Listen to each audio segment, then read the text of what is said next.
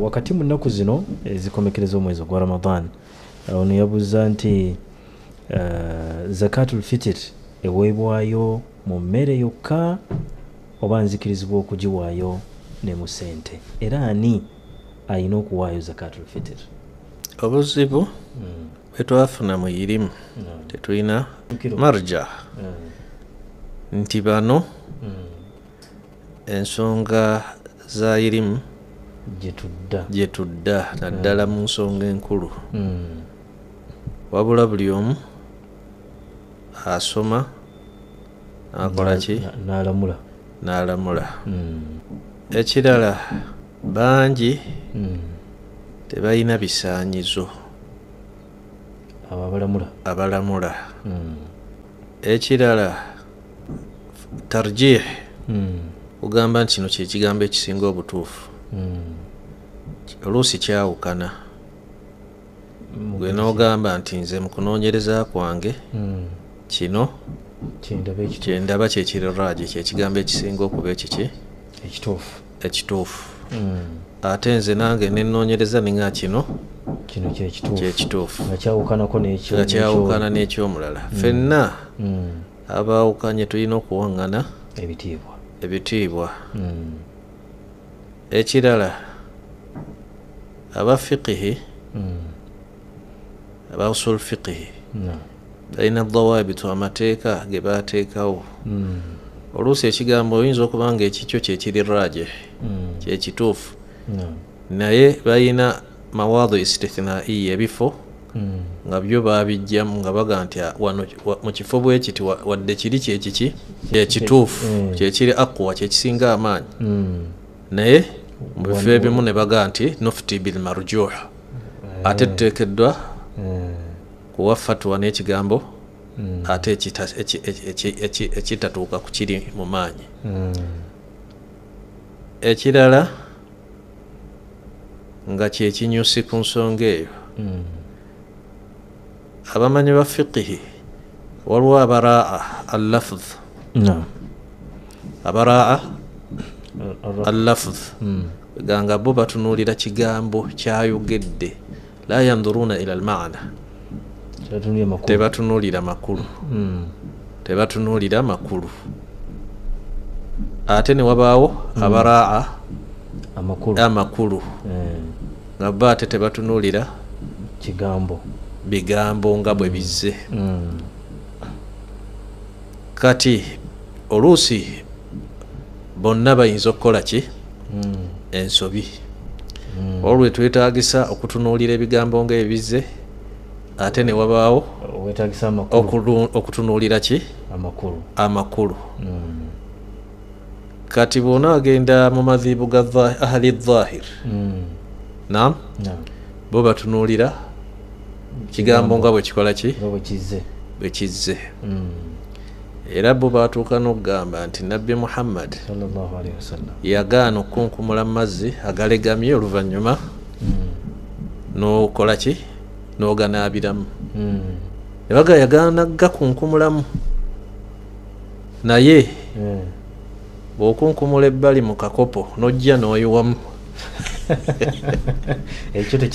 tekirina kuba Nabbi yagaana ki yagaana kunkumulamu baatunuulira bigambo. Kati mu fiqhi tekyetaagisa waliwo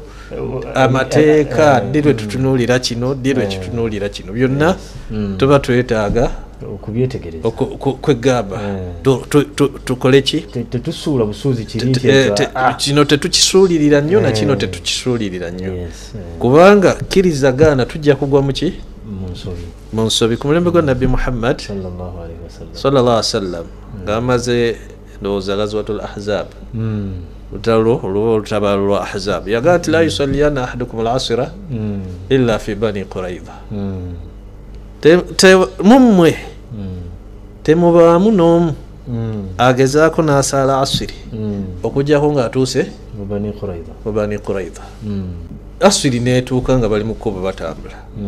awo ne bagaa yatulagidde kusaalira eri abo batunuulira ki zahir kigambo era ne basala asiri ng'enjuba ekoze eki ekoze eki Egudde. egudde Kwegange weddeko. ne baga nti ne batunuulira amakulu ne baga nti araada kiyagenderedde kwanguwa naye teyagambye nti bwetuuka ate tulinde tukole ki tulinde tugisaale ng'enjuba ekoze eki bo ne bakola ki ne basaala. era abagisaala be yaga nti aswabu sunna be bateebye sunna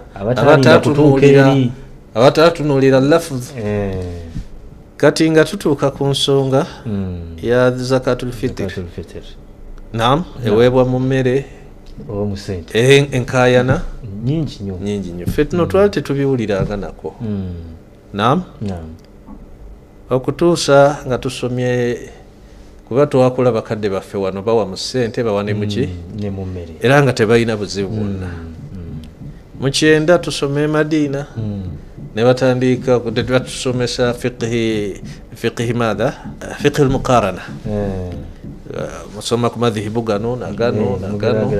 nogeraageranya ne baga nti Shafi agamba kino Abu Ahmad agamba kino Abu Maliki bo mmere nwankode nga balina ne riwaya endala ezikiriza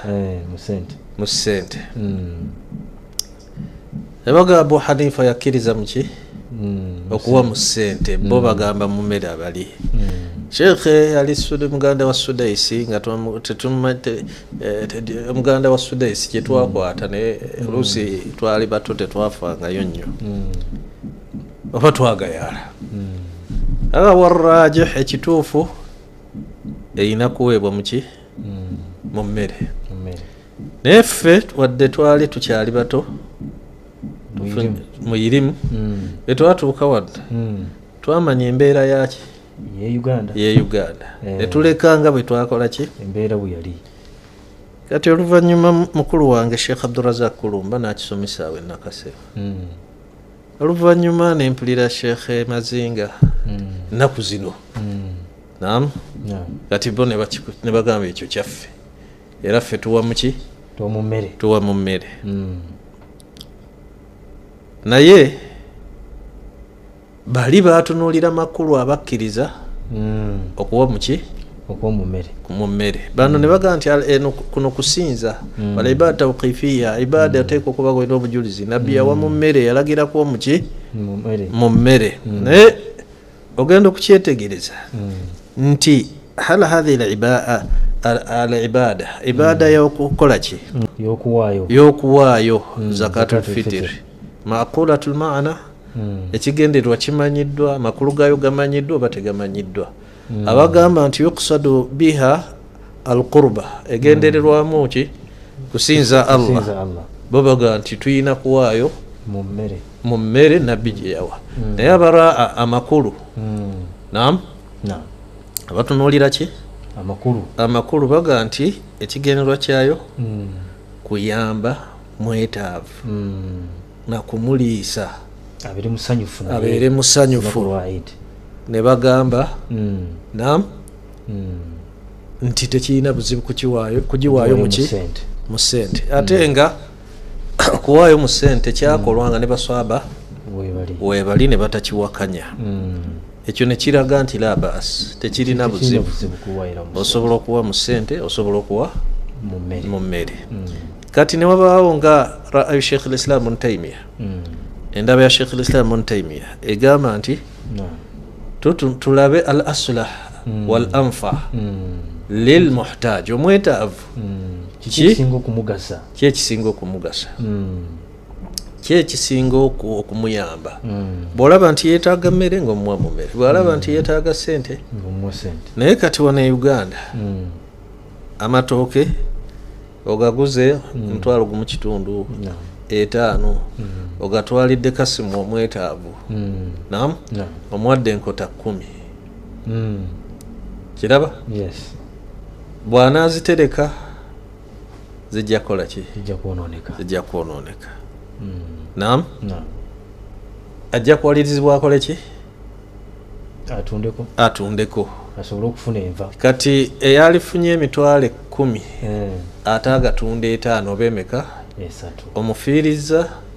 naawe ofiiridde oyonoonye emmere ogimugulidde